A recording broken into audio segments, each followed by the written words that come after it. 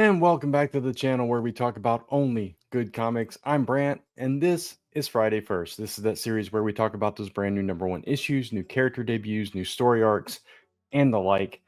And this is for books coming out on May 14th, 2025. And yeah, so it's been a couple of weeks since I've been here. I had planned on doing two episodes last week and ended up doing none. So I apologize for that. I actually did record the episode last Friday from the hotel, but it was rushed. I was tired from the trip and it wasn't good. And I didn't really have time to edit it and all that stuff because we were at a convention and all that stuff. I had planned out the free comic book day one. I had even like screen shared like the spreadsheet and everything for it, listing all the books and everything to show that I had prepared for it. And I just, things didn't work out. Unfortunately, that's the way it goes. But I am here this week, and I've got a lot of books to talk about because I've got recaps from last week that you don't even know about, and that you don't know I was supposed to do. And yeah, so I've got 7 recaps I'm going to do. So I'm going to do them probably fairly quick. And then I think I've got 12 total books, including 3 honorable mentions, and then your usual 8 at the end. So lots to talk about. Lots of new number ones coming out. Lots of new number ones came out this week. Some good, some okay, some I don't know. We'll see. But we're going to talk about all of them. So let's get started with the recaps. We're going to talk about. Oh, and before I do get into that, the convention last week. It's Heart of Texas Comic Con. That's what it was. It was a decent show. We had a decent outing. Sold a good number of comics. Got to sign them for somebody that was eager to get them signed. So that was fun. Reconnecting with the fan base out there. Didn't have a whole lot of comic people, and actually there weren't a whole lot of comic vendors, to be honest.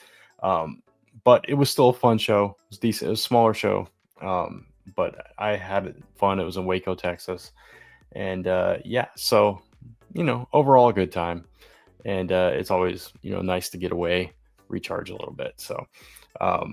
But yeah, we don't have another con for a few weeks, I think. So I'm not exactly sure when the next one is, but I will try to prepare ahead of time so I don't miss another week. But anyway, let's get into those recaps. First up, we're going to talk about Batgirl issue number 7. The reason this one is on the list is because it is a new arc.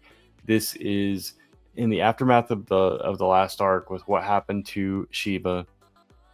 She's left a journal for Cassie, and it's also narrated via audio tapes, and so she's listening and reading along. And as the reader, this reader, us readers, we readers, however you say that properly, we are watching Lady Shiva's past, growing up with her sister, what happened to her parents, how she came to learn what she learned, and all of that stuff. We're seeing it through flashbacks as Cassie is picturing this, as she's reading this and listening to her mother's words. So I wasn't sure how I was going to feel about this one going in, but I actually thought this was a really good issue. I found it very interesting, kind of delving into the past and learning more about her.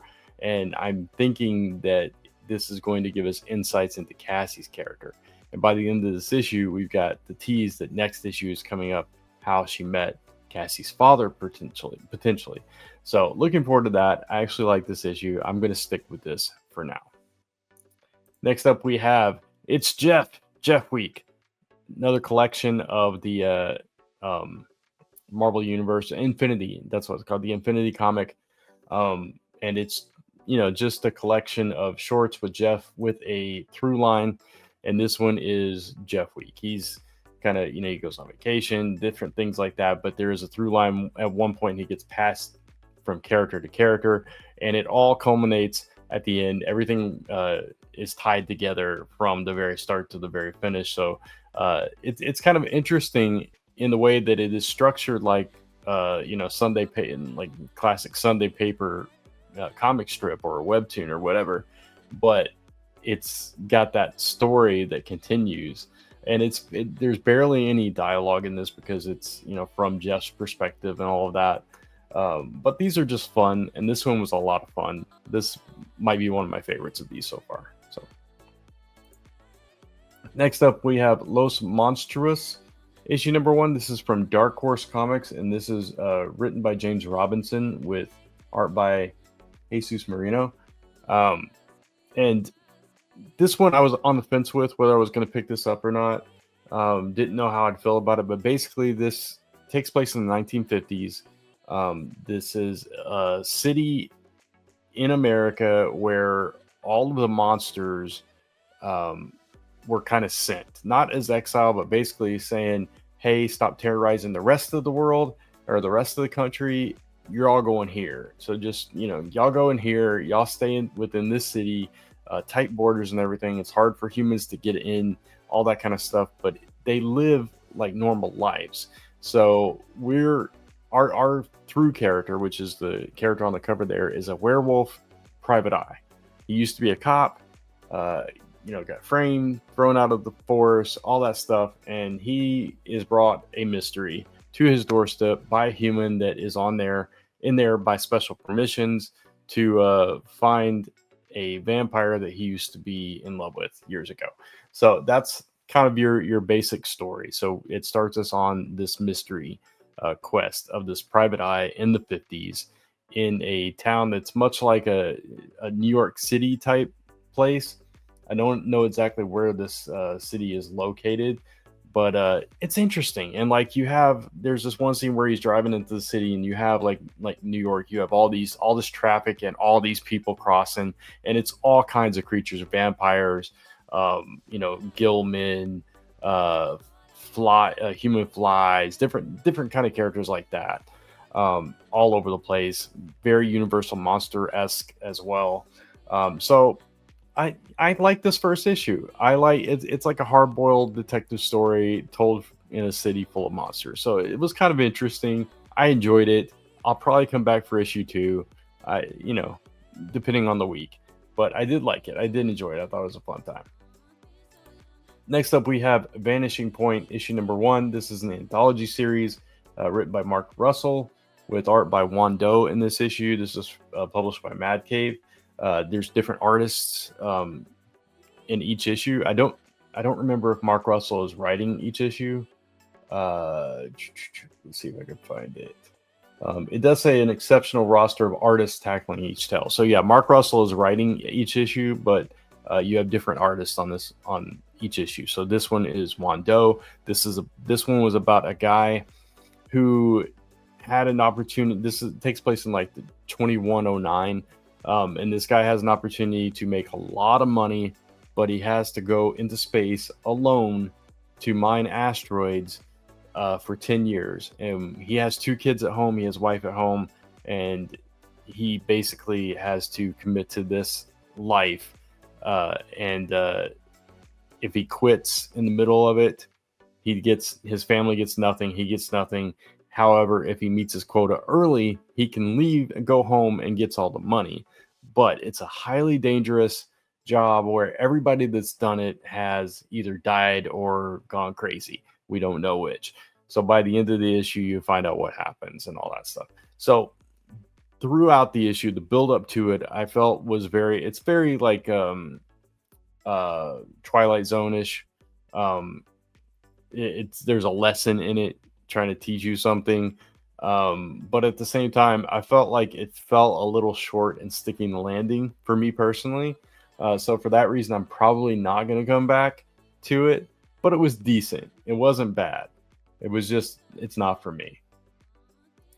Next up, we have all new Venom issue number 6. The reason this one was on here was because this was the origin story of how Mary Jane connected with the Venom symbiote. And if you'd gotten to watch last week, I was skeptical about it. I was like, it probably really shouldn't be on here, that kind of thing.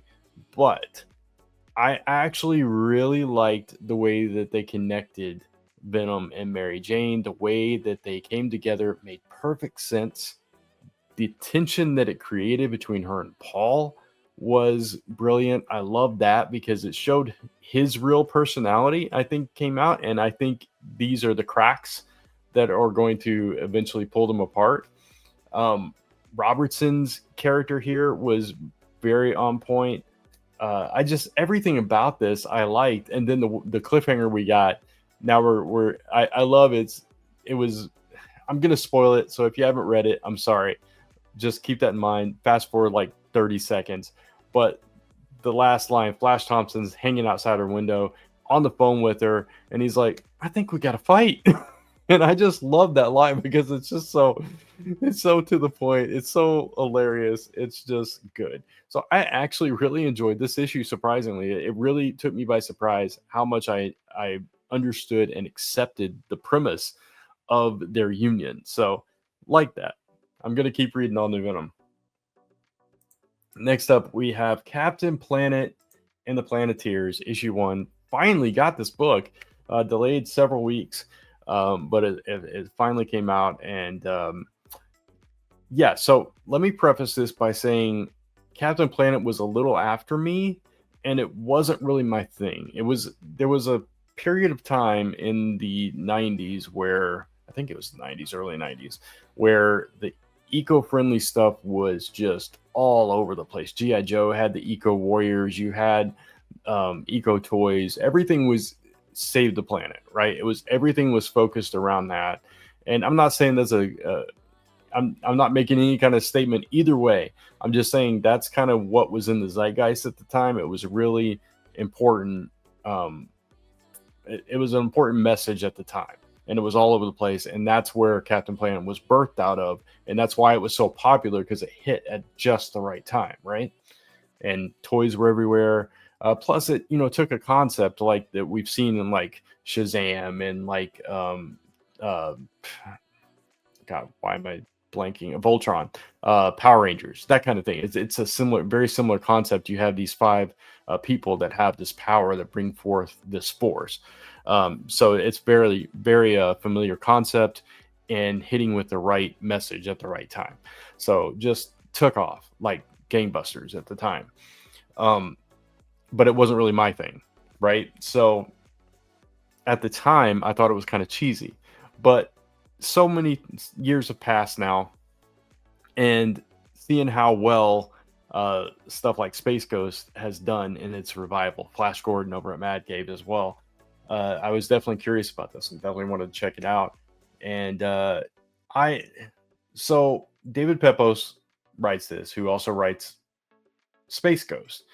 And while I love Space Ghost, I didn't quite feel the same way about Captain Planet. That said, he was able to take what back then was a very cheesy concept, and a concept that older kids kind of laughed at and made fun of, quite honestly.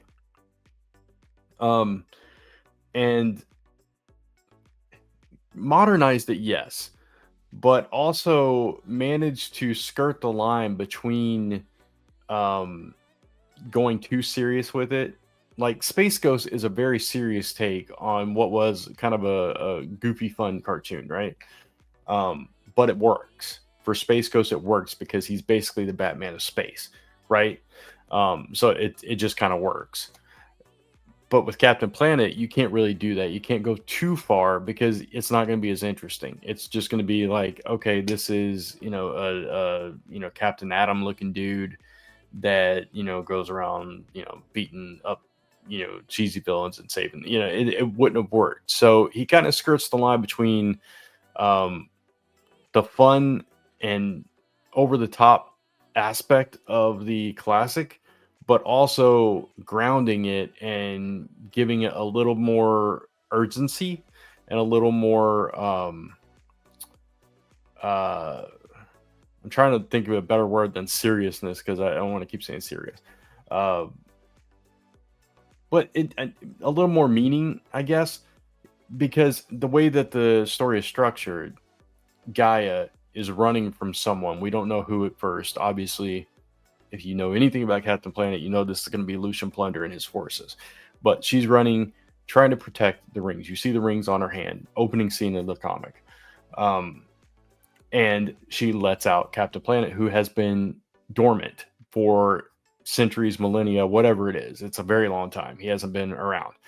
Um, and so he gets out and he's attacked by something that he takes him by surprise, because up until this point, for millennia, he hasn't had a problem fighting any forces whatsoever to save the planet. But whatever they hit him with, which I'm not going to spoil it, takes him by surprise, and that's all I'll say. So it forces Gaia's hand. She sends the rings into the sky, Green Lantern style, and they find the appropriate sources, which are those kids that we know so well, modernized for the modern day era.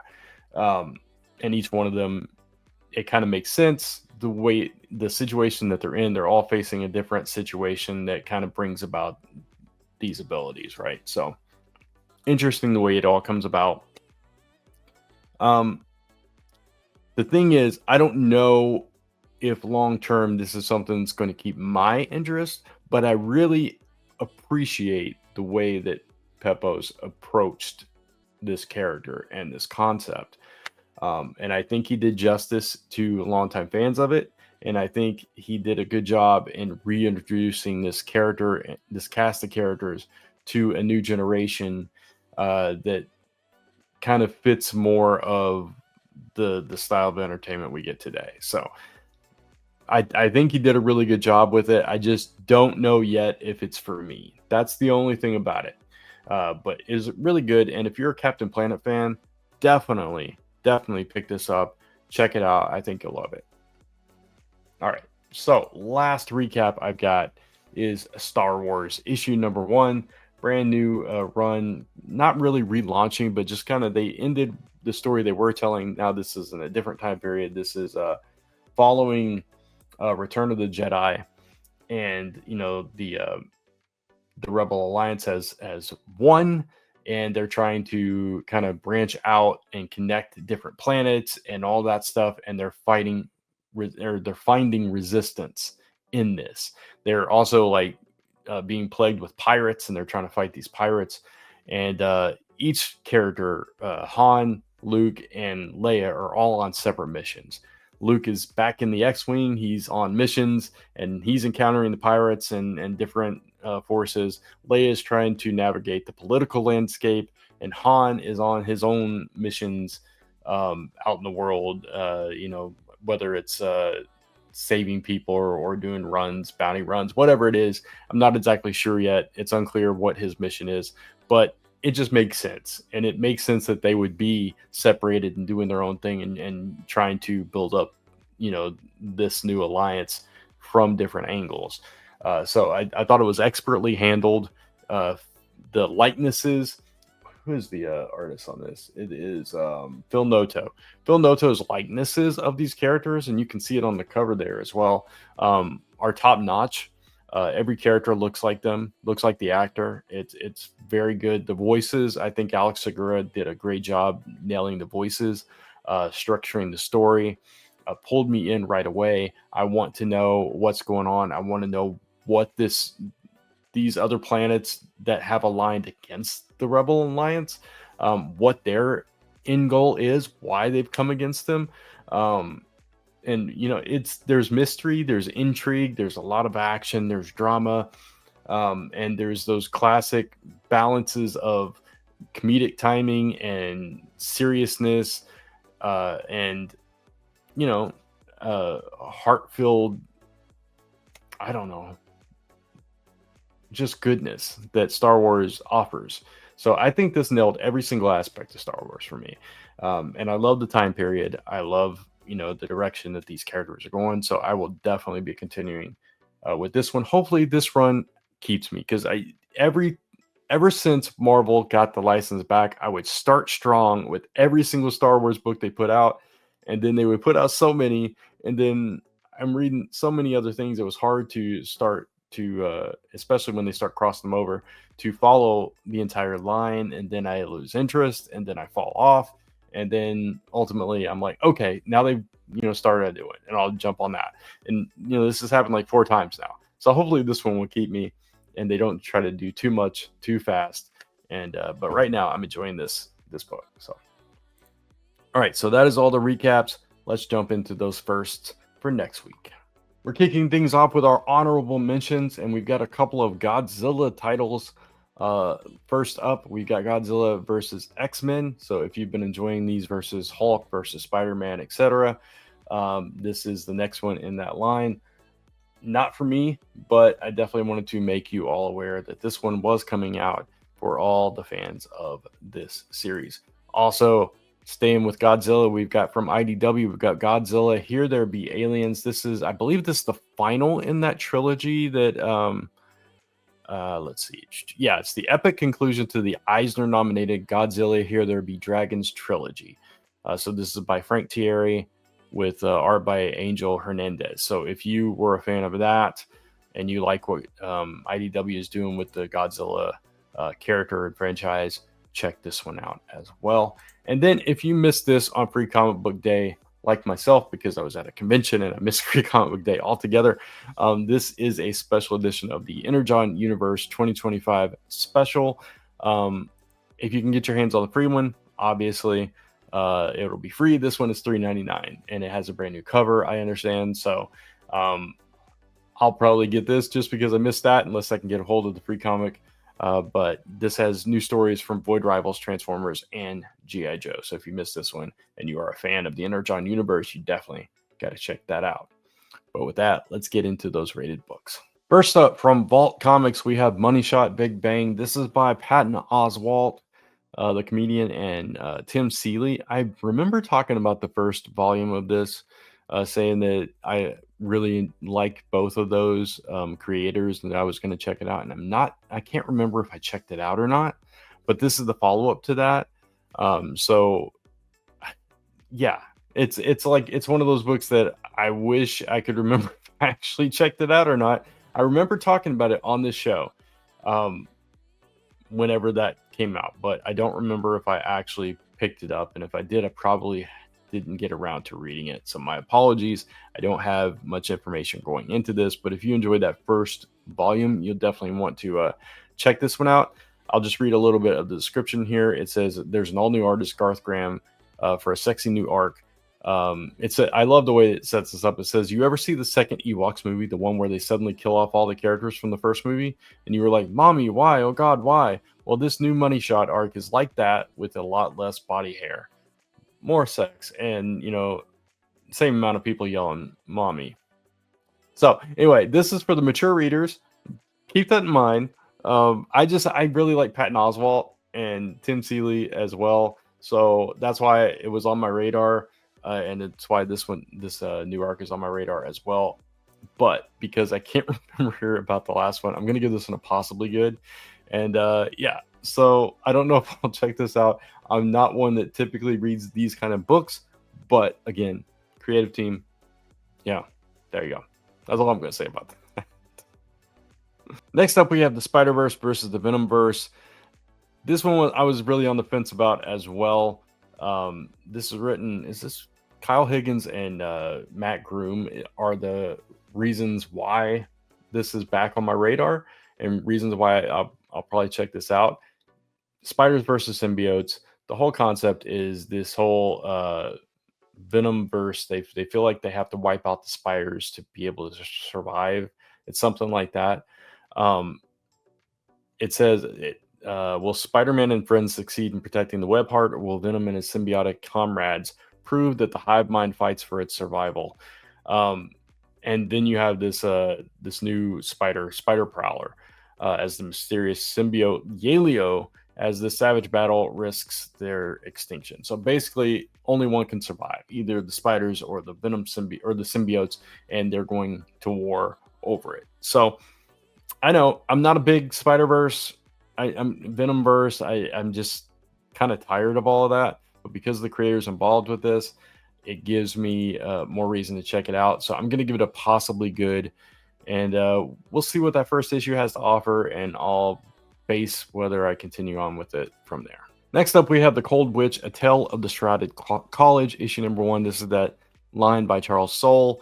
We've seen other titles, Hell to Pay, The Bloody Dozen, in this as well. I enjoyed the Bloody Dozen. Hell to Pay, I think I fell off. I don't think I finished that one. But I try these every time.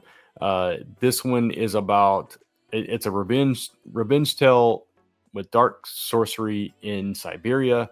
It calls it John Wick with zombies. So, I mean, that's pretty good, and that's right up my alley. I'll check that out all day, every day. Um, and it says it's a tale of a wronged woman who goes to truly desperate lengths to avenge her murdered love, and it expands the, as they quote, supernatural Mission Impossible conceit that readers found in the previous series that I mentioned, but it stands on its own. So, yeah, I think the world that Charles Soule is building with the Strata College is interesting, and I like that each of these tales completely is its own story, but it's all kind of interconnected some way, and eventually we're going to have that connective tissue. So, yeah, based on my enjoyment of the previous of the Bloody Dozen in particular, I will definitely check this one out, and I'm going to give it a potentially good. Next up, we have Transformers issue number 20. The reason this one is on here, the only reason it's on here, is because that last line in the description says this issue features key first appearances of fan favorite characters from the worlds of Transformers and G.I. Joe. So if you've been following anything of the Energon universe, whether it's G.I. Joe, Transformers, Void Rivals, and you are a collector of first appearances, you like that kind of thing, this will have first appearances in this version of these franchises, of G.I. Joe and Transformer characters that are fan favorites. So that is huge. I'm really curious to see which characters are going to make their debut in this issue. And the fact that we're seeing G.I. Joe characters as well. I mean, obviously, we are exploring this Megatron thing, finding out what happened with him. So I'm assuming we're going to get some Cobra characters in the mix as well. Don't know if it's going to be actual G.I. Joe characters or not. But it's going to be interesting either way you go. And I'm all here for it. And I definitely wanted to make everyone aware that you're getting first appearances in this issue. But as Transformers, you know, I love this book. I love everything about the Energon universe. So it's a no-brainer that this one gets a positively good from me. Next up, we have Gwenpool, issue number 1, back and more dangerous than ever. Kevin Scott is the writer. Stefano Nessi is the artist on this one. So, you know, this is an acquired taste, this character, because it's Gwen Stacy, but it's very much Deadpool, breaking the fourth wall, kind of goofy, very violent, that kind of thing. And we have Fin Fang Foom and Jeff the Landshark in this issue, and Spider-Man, I think. So it's all over the place with this one, and I'm gonna check it out. I liked the previous one, but I think I still had one issue to read of the last one. But I like this. It's fun, you know, at the right time.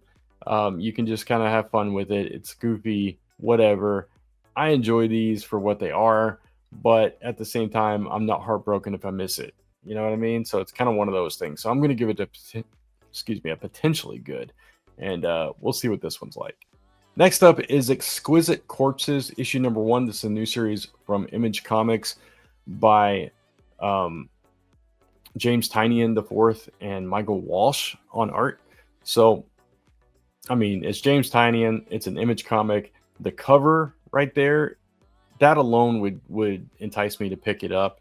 It's just an intriguing image of this person with this bloodied sword and a fox mask. I believe that's a fox. So, and then you see James Tynion as well. So basically, every 5 years on Halloween, all these wealthy families play this game.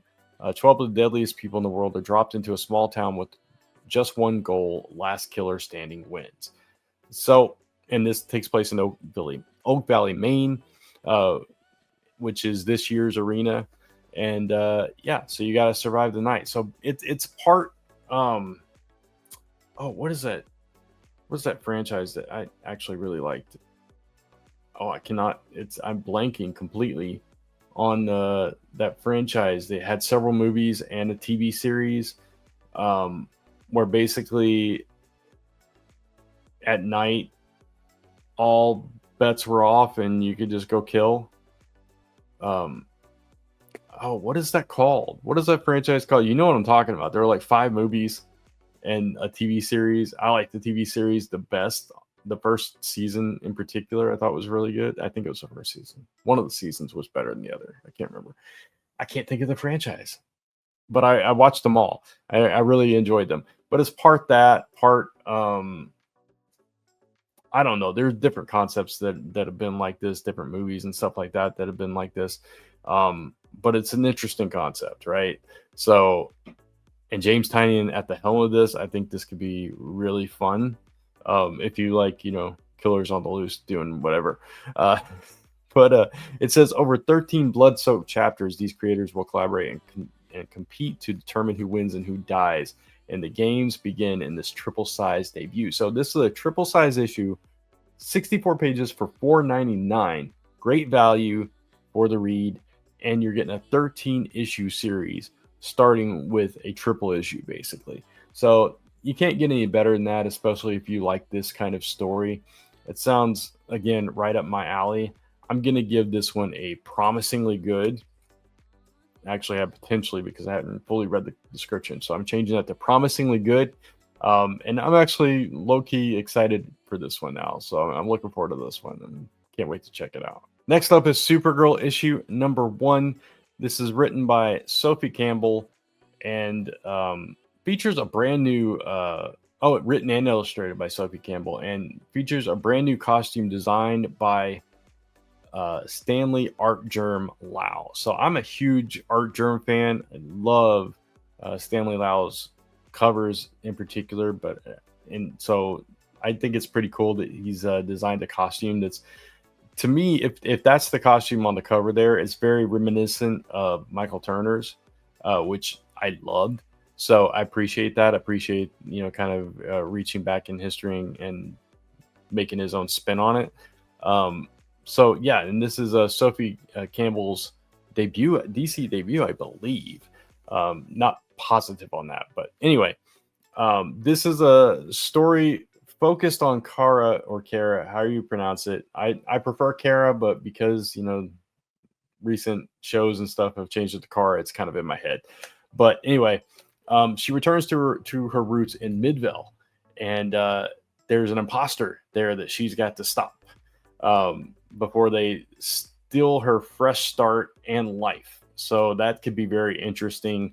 We're going to finally get a Supergirl series that is solely focused on Supergirl and her world and dealing with her, drama and all that stuff. So it's been a long time coming, and I'm looking forward to it. I'm excited about it, and we'll see what Sophie Campbell can do with the character. I'm going to give this one a promisingly good. Next up, it's back. Huck, Big Bad World, issue number 1. The first series of this was phenomenal. This was Mark Millar's take on Superman. And it was a really interesting take on the character because Huck is just, he doesn't care about anything but his town, his people, making everybody's day better with his powers and everything, that kind of thing. And he gets pulled into, bigger issues. In this one, he's finally settled down, finally gotten able to just kind of enjoy life again, when he finds out that the mad doctor that gave him and his mother superpowers has also given other people powers, and they're in hiding. So now he's going out into the world to find these people, and obviously he's going to meet opposition along the way. So if you really enjoyed that first run like I did, you definitely want to pick this one up. It was a poetic, just refreshing story and refreshing take on the concept of like a Superman type character, and I really enjoyed it. I love the simplicity of Huck's life, and he's just a good person and trying to do good things, and there's not enough of that, I think. And it's just, it's kind of a very grounded story told in a world full of powered beings. So it's kind of interesting in that way. So I'm definitely looking forward to the return of Huck. Can't wait. Hopefully it's as good as the previous one. But for me, I'm giving this one a promisingly good. And lastly, from Image Comics, it's finally here. Invincible Universe Battle Beast issue number 1. We know, if you read Invincible, we know the fate of this character. If you watched Invincible, you know the fate of this character. You know what small role this character played in Invincible's story. But now we get to learn the story behind Battle Beast. And I couldn't be more excited. You have Robert Kirkman and Ryan Ottley back together again to tell a story within the Invincible universe. Limited story. Don't know how many issues. They're keeping that tight-lipped. Not ongoing. Not a long run. Ryan Ottley actually posted on X, I think it was today or yesterday, saying, no, I can't do a 100-issue run again. He said that's basically confining yourself to solitary confinement voluntarily. So it's, yeah, you understand that. But I'm going to read this here just in case you're not familiar with Battle Beast. It says, cursed with an unquenchable thirst for violence, Battle Beast searches the universe for the one warrior mightier than him and a glorious death, his only reward. But even in a universe of mighty Viltrumites like Invincible and Omni-Man, it seems that no one may be able to stop the galaxy's deadliest warrior unless he does the unthinkable. So, this is the story of Battle Beast. We know what he encounters in Invincible. Now we get to go beyond that and expand the story of this character that we've seen very little of. So I'm excited about it. I love Invincible. It's one of my favorite comics of all time. I love the cartoon. I love the comic. I love everything in the Invincible world. So, and it's been too long since we've gotten something in that world. So I am super excited about this. And for me, this one is getting a promisingly good. Almost gave it a positively good, but you just never know until you read the thing, right? So I'm giving it a promisingly good, leaning on positive vibes. So we'll see how it goes, but I can't imagine this not being an enjoyable read for me. And that's it for the rated book. So we'll talk about those other non-first issues. First up, we have Absolute Batman issue number 8, Mr. Freeze. This 2-issue arc continuing on with this one. Batman is in the fight for his life against this new icy threat. But in the end, what terrifying truth will be unveiled about Arkham and the Joker? Can't wait to see what that is all about and what it leads into for the next issue going forward. Uncanny X-Men number 14. Last issue, we saw the new kids, the Outliers, go into this thing, this place, this Haven house, and it seems like Death Dream knows more about this than the others, and we're going to learn more about what this entails and these secrets that this Haven house holds, and I'm here for it. One World Under Doom number 4, last issue, we got the revelation that Dormammu has discovered that Dr. Doom has let down the safeguards that were keeping him out. So now he's coming into play, and this is the start of the downfall of Doom's rule, I would think, because, obviously he's not up to task because he had his own ambitions and just kind of cast aside all the other stuff. Geiger number 14 has his powers spiraling out of control, and he's dealing with this glowing woman, Ash Arden, all this stuff. It's coming to a head in this issue. Here for that as well. World Tree number 14, delving back in the past again to the early days of Fear and how she came about, the form that she took and in the undernet and all that stuff. So just an interesting story, and I like that we're kind of unveiling some of the secrets of how this story started now. Batman and Robin number 21. Robin's been kidnapped. Batman's got to find him. He's been kidnapped by Memento and all this stuff. All Bruce's past is coming back to haunt him. And this story also coming to a head. It's been good so far. So looking forward to seeing how they wrap this all up.